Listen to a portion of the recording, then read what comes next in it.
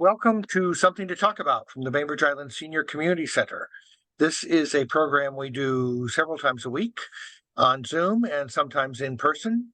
And as often as we can, we invite folks from the Bainbridge Island Photo Club to come and share the exhibits that they do every month in the lobby or atrium, whatever you want to call it, as you walk in the door. And this month we have Rob Wagoner's look at circles. And Rob is a fan of abstract art, and so he's applied those principles, I guess, um, to the everywhere present circle, a big part of our world. I want to thank Fieldstone Communities of Bainbridge Island for sponsoring these programs. Fieldstone has memory care and assisted living and respite stays and independent living, and even a restaurant up on Rolling Bay. And you should go check it out. They'll be glad to give you a tour. You can find them on the web at Fieldstone Communities. And I also want to acknowledge that we are meeting on the ancestral homeland of the Puget Sound Coast Salish people, specifically our neighbors, the Suquamish people, who are residents since time immemorial of these lands and waters along the Salish Sea. We honor them and we are grateful for their hospitality. And we are grateful as well, Rob, for you taking the time to share your images with us today. So where would you like to begin? I'll begin at the beginning. Great. And I'm going to try to make this fast. I think the last time I did this, I ran on for an hour, and I think I've learned the lesson that that's not probably appropriate. So anyway, this will be much quicker than an hour. Just a quick couple statements at the beginning. Photography at its basic use is basically snapping the shutter and taking a split-second image of history. And that may be history of your family, your kids, a sports event, whatever. But it's basically capturing what you see, or nature would be another one. But it's capturing what you see in a split second, and that's only a split second that happens once in the history of time. I tend to use photography different than that. I try to take things and look at them not as they are, but as they could be perceived alternately. And that's basically trying to take what's in reality and not just make a historical record, but to look at it differently than the historical record. And and that's, to me, that's called abstraction. It can be just simply altering the circumstances of the picture, editing what's around a particular thing, or a viewpoint that you take in looking at a picture. So I try to do photography a little different. And I think one way I characterize it is I don't take pictures, I make pictures. And that's a little different than a lot of people. And anyway, and what I picked for a topic this time around, it happens about every year, was the topic of circles. And I've done this several times, and I always try to have a theme in the number of pictures in the lobby that somehow connect to one another. And I think the last time I did it was flags, and how flags are used and can illustrate the status of our country. And this time around, circles is kind of a little more basic theme. So anyway, that's where I'm coming from. Just to, you go to the next, I guess that'd be the first slide, or the first slide. You there, Reed? Reed?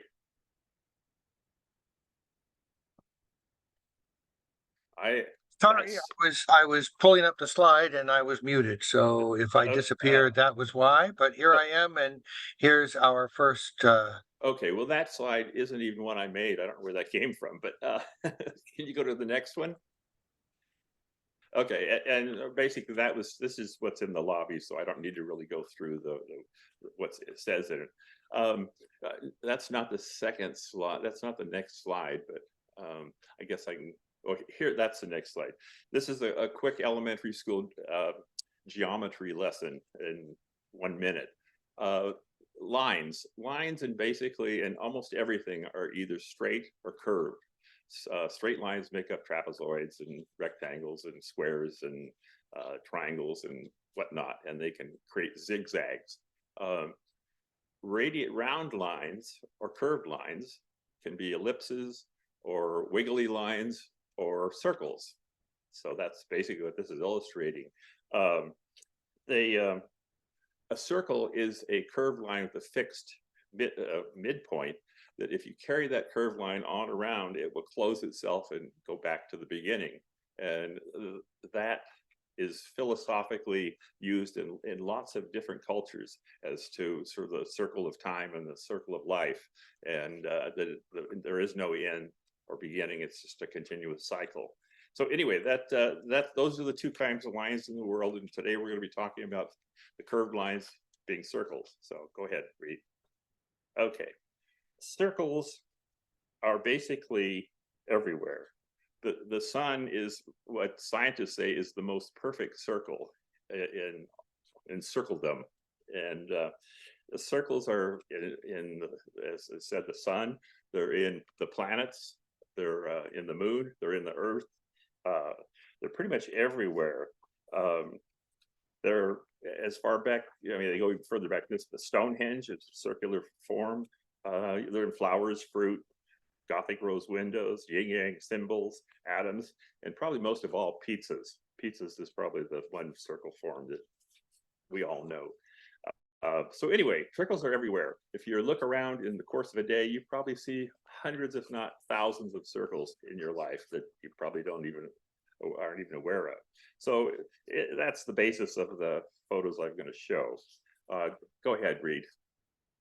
There you go. There you go. Okay, this is Da Vinci's Vitruvian Man symbol that he did in Renaissance, 15th century. And he was equating the proportions of the human to both rectangle or squares and circles. And actually I read something about this, and it said scientists have proven that he was not really quite accurate in how he portrayed this, but that's a whole nother topic. But circles have been important to man through history. They focus us inward. They give us compositional unity. This is how circles are used in art. They represent balance, order, and symmetry. They can be a containment vessel. Circle can be implied by a series of non-joining curved lines that only partially complete the circle and just hint at the circle. A set of juxtaposed or concentric circles can create a harmonious texture or pattern. Circles is a powerful yet safe and soft and mild element to use in design work. They tend to invite the viewer into their completeness as opposed to straight line compositions that are a little more abrupt. I did get this one quote from Wassily Kandinsky, who is a 20th century artist, and he thought his artwork was really focused a lot on circles. And he said that circles were the fundamental building block of art. He argued that circles were the most basic fundamental element of painting, observing everything starts from a dot, which I guess the dot is a circle. So anyway, in photography, there are many uses of circles, ranging in patterns or formations. It makes the photo synergetic due to its calming qualities. So anyway, that's kind of a little basic just ideas of circles. They're everywhere. As a photographer, they're subject matter that's easy to come by. And I just picked out, I have many, many pictures of circles, and I just picked out 14 that I thought would be interesting. So go ahead, Reed. Okay, the first image is a circle of a stained glass ceiling in a concert hall in Barcelona. And rather than just taking the shot, I basically took it and isolated the stained glass window with no surround around it, and that to take it sort of out of its context and make it something unto itself. And as you can see, it's a series of concentric circles, some of them light, some of them dark, which the patterns run through those concentric parts. And I like this because I like the color combination for one. When you see a turquoise and yellow and red together, that's often color pattern combination that's used in lots of things. And anyway, so this was just taking something that's in a space and just isolating it as an object unto itself. So anyway, go ahead, Reed. Okay, that's gorgeous. And I love the fact that there are these sort of organic things that are almost cellular, not quite circles that are part of the uh of the mosaic. Yeah, and this is basically, that one has both the two parts of circles, or just two parts of lines. It has many straight lines, and it has many undulating, curving lines. You know, the two parts of lines that are in the world, and this really covers both of them. All right, this one is a little different direction, and this was one I took pretty recently. Um, this was a shot, and this is what I call a containment circle. And this was a shot of, I have an LG TV, and it has a, what do they call, screensaver on it. And the screensaver, it's a black screen, and these little explosions of these lines from nothing to explosions happen, and that moves around your screen. And I took this shot of one of those screensaver um, things, and over a time frame of 4 seconds, and that was from when it begins to explode to when it starts disappearing.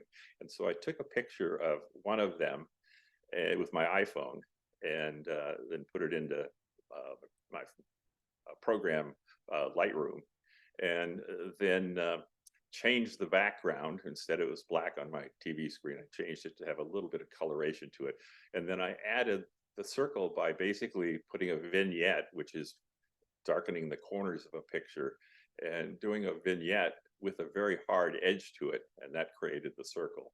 So this one I see is basically a containment vessel as a circle. Or something from Pink Floyd.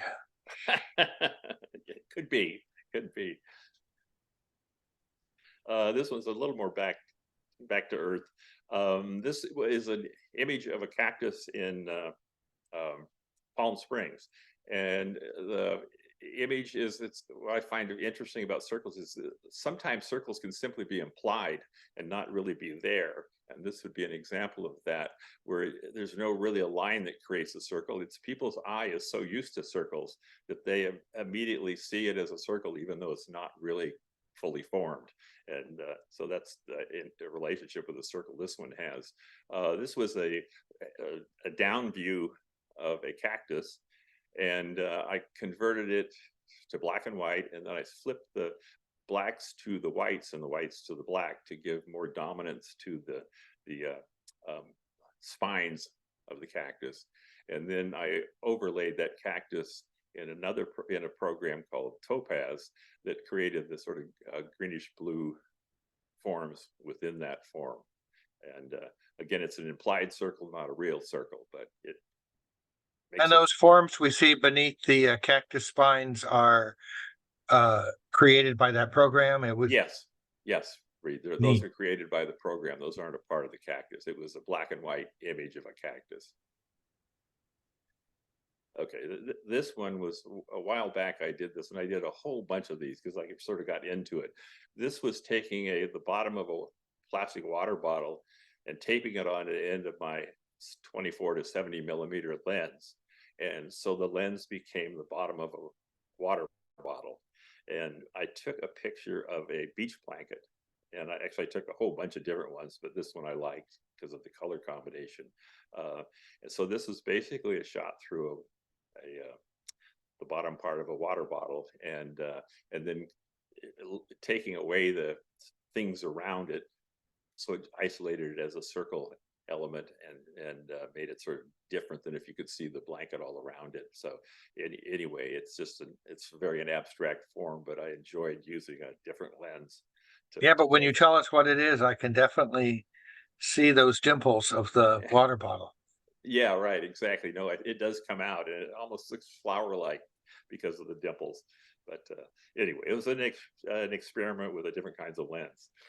Um, this one again, I've actually photographed these sorts of photographs several times because I enjoy doing it so much. But this is a photograph of a cheese grater, and it's a stainless steel polished cheese grater, and it's reflecting again, another beach blanket with multiple colors in it. And the reflection is on the cheese grater. And then in the holes of the cheese grater, I put turquoise tissue paper behind the cheese grater, so the holes weren't just simply black. But again, this is using circles as a pattern in a photograph, and the pattern being regular, it sort of ties it all together and gives us some more interest. And then I did a little bit of layering of a texturing element in a program to give it a little bit of crackly look to it. So, but I made many pictures of cheese graters. So this is an image that my wife was really into animals, and she had this bird's nest in the house. And I thought, well, I could do something with that bird's nest. And so I, instead of thinking about eggs in it, I put marbles in this bird's nest and took a picture of it, just again, trying to abstract what it was into something that it wasn't. And took this, and this has sort of circle form, both a loose but implied circle with the nest, and then sort of rigid container circles of the 3 eggs in the middle of the circle, in the middle of the nest. So just a fun thing to do, and just looking at a nest a different way is what it was. So. This is a fairly recent picture I took, and this was a basket in my house that I took a picture, just a plan view, straight down looking at it, and had, you know, an interesting radial form to it. And then I took away the hard line perimeter circle of the basket and let the parts of the basket, the different reeds, end rather than tying into the outer rim of the basket. And again, it's an implied circle. The circle is not really there, but your eye, because you're so used to seeing circles, you would say it's a circle. And then I overlaid it with a different background. And the little flower in the middle, I actually, it was one of the first times I've added a layer of something in a photograph, and I added that flower into the center because I thought it had tied into the colors of the basket pretty well. And Yeah, there's a lot of resonance there in the colors for yeah, sure. yeah. So so anyway, that was what that was about. And I wanted the texture of the background. Backgrounds in photographs are really important, and you make lots of decisions on what to do. And I try to be quite aware of what's happening in the background as well as the main subject matter. Go ahead, Reed. I was just Yeah. going to say that it looks like there's some vignette or some sort of work like that to sort of make the outside sort of fade away too, in emphasizing the circle. Yeah, actually, it had this texture, or I put this texture on it in Topaz program, and then I did actually vignette that texture to give it the dark corners within that texture. So that was an additional thing. And then I tend to play with these days the perimeter of photographs, and rather than a photograph with just a hard, simple edge, I look at changing the edge to be something that reinforces the photograph. And in this case, you can see it's sort of a soft grayish, loose line around it that actually changes thickness as it goes around the picture. And I even sometimes try to integrate the perimeter border into the photograph. And I don't have examples of that, but I've sort of played with how to make the border part of the photograph. So anyway, but I do look at different ways to edge the picture. Okay, this is I'd say when I first joined the photo club, I took this picture, and 2 members of the photo club, David Warren, who's a very long-time member, and Patty Warren, who's no longer part of the club, we went to the Belfair Auto Wrecking Yard, and took many, many pictures. And this picture was one of the first to me that made me feel like what I want to do is take pictures and use photography not as things are, but as you see them differently. And that's what this one to me represented. It sort of started me off in this direction of not being literal in my picture taking. And this obviously, I think you can see into it. I saw into it the face, and that's why I captured it. And it had the colors that I find interesting. Again, yellow and kind of turquoise blue and red. And anyway, it just took me starting to go in the direction of not looking at things simply as they are. So Yeah, it looks a little bit like the work of another little more famous Robert Rauschenberg. yeah, right, a All little more these famous. all these textures and sort of um, destruction that looks when you present it like this, like it's on purpose. Obviously, it wasn't, at least not in the terms that we normally think of. Yeah, yes. And again, you can look at it literally, or you can add something to it in your own head as the viewer of a photograph. And that's what I like people to be able to see things from their own perspective, and maybe see a different meaning than is the normal meaning in something. And that's what I aim for. Again, here's an implied circles, and this is probably almost stretching implied circles to the limit of seeing it as a circle. Um, but this was at a kite festival in Long Beach, Washington, and this was a competition kite flying, and this was like a split second. These kites were like this, and then it was there and gone. And I just tried to capture two interconnected circles of the various kites that were part of the competition, and it works. It's but you know, it's a circle, but it's not a perfect circle, but it still implies circle. So the at least the positioning of these kites is a snapshot of something that happened in history. Yes, it is. And again, probably the abstraction I have done to it is the sky was very bland. I mean, it was bluish, but it was bland. And I wanted to abstract the image by making the background white and contrasting with just these things basically floating on a white plane. So it was taking it out of the context of the kite Yeah, I like festival. this one a lot. Okay, this is an image I actually took probably last week. I included one of my most current pictures, and I've taken a whole bunch of these, and I got really into it. And these are flat marbles, and they have a flat side and they have a rounded side, and they're a bit iridescent. And I set all these marbles and kind of piled them up on a piece of clear glass. And then below the clear glass, about 6 inches back, I put colored paper. In this case, it was sort of bluish, and then part of it was yellow, and then tried to make it look almost like these were bubbling up out of the ground or something. So it was, again, an abstract idea that I had a lot of fun with, and I actually probably will still do more because I've had so much fun with it, and it creates such interesting textures. And again, this is a circle form being used as a texture, and creating a texture out of a number of circle forms. So anyway, this is sort of what I've been doing lately. This one is a ways back, and this is a 8-foot diameter culvert, and I think Cindy and a few other people have seen a number of these, and I took a number of different ones. And these 8-foot culverts were for many months over by Virginia Mason and just in a big field. And I thought I could sure do something with those photographically.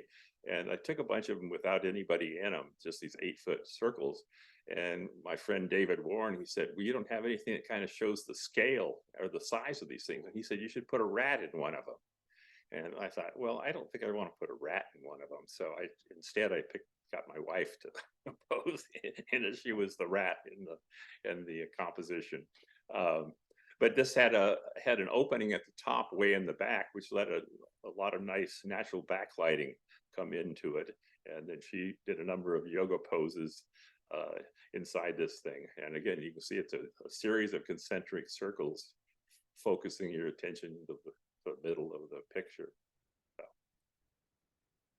So, this is another subject matter I've visited a number of times, and shown some of them to the photo club, and I don't think this one ever got shown, but this is obviously two slinkies interconnected. And again, this is talking about circles. This is not a complete circle. It's an implied circle, but your mind immediately goes to, gee, those are circle forms. And it looks like three interwoven circles, and even though it really isn't complete. And this basically was done, and again, I had a lot of fun with this, and would probably like to do more because I really like slinkies. Slinkies are great. This is basically two slinkies set on a piece of mirror, and the mirror obviously created the two slinkies in the full circle of intersecting slinky. And the interesting thing or difficult thing about this is with a mirror, you can't put the backdrop below the slinkies, you have to put it above. So I had to put this black sheeting above it so the mirror was reflecting the black rather than sitting on it. So anyway, this is basically two slinkies making it look like three, and in a quasi-circular form. Interesting problems you have to solve along the way. Yeah, well, you kind of invent them as you invent what's necessary as you go. And so this was just, an experiment, just trying to figure out how to do something different. And this is one of the numbers I came up with. Okay, this is the picture that has two lives to it. And again, this is a pretty it's a container, a circle as a container. And this picture I took many years ago, and it's of those two derelict boats down in Crystal Springs. I don't know probably most people know those boats, and this happened to be a porthole in one of them, and it just had a black porthole. And for years I didn't know how to put something into a picture, and finally when I learned how to add something to a picture by layering, I had this picture in Copenhagen in a city park of this siren song woman, and I thought, well, that might be an appropriate thing to add to this picture in a soft way and have this siren song image, the sailor's story. Exactly. You can see that she lured them to dereliction.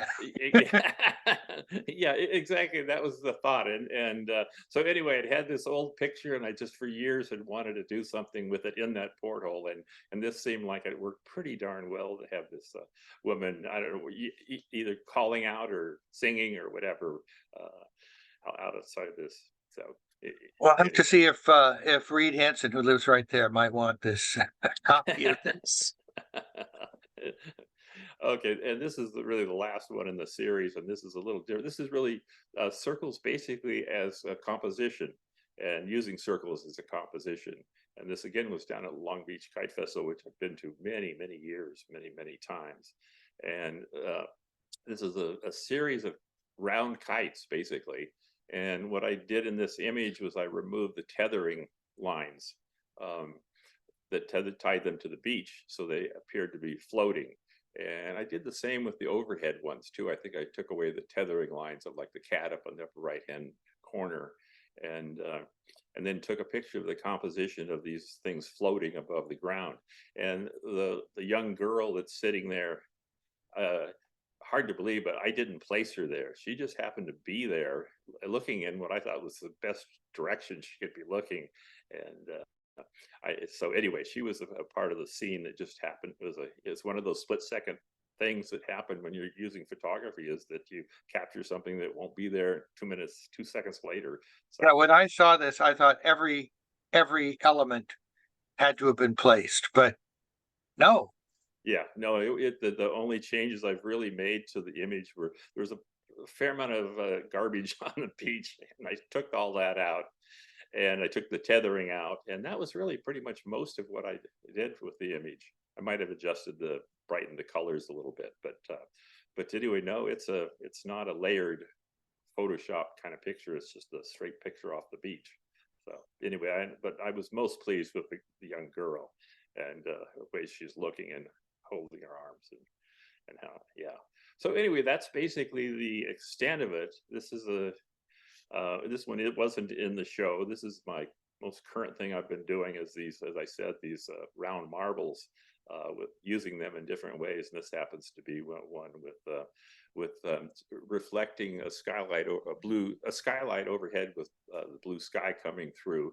And then I put behind it a red small little flashlight, and took a picture of it, and then did some editing with it. So anyway, that's kind of the direction I'm moving in, is trying to create photographs rather than take pictures. So Those are tremendous. Those are really cool. Thank you.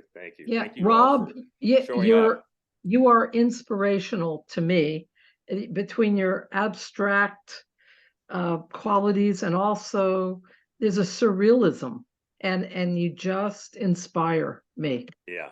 Well, you know, I have to say, Jane, that for me, you're headed in a really good direction in terms of your photography. And Thank you. I honestly can't say that about too many people in the club, that you try things, that you experiment, and you mess around with it to see what you can create differently than the norm. And I think we're kindred souls. I think so too. Yeah. Rob, I second what Jane said, and I will never call a cheese grater just a cheese grater ever again. Well, Cindy, now don't look around and see circles and not remember that a circle is really important in your life. That's right.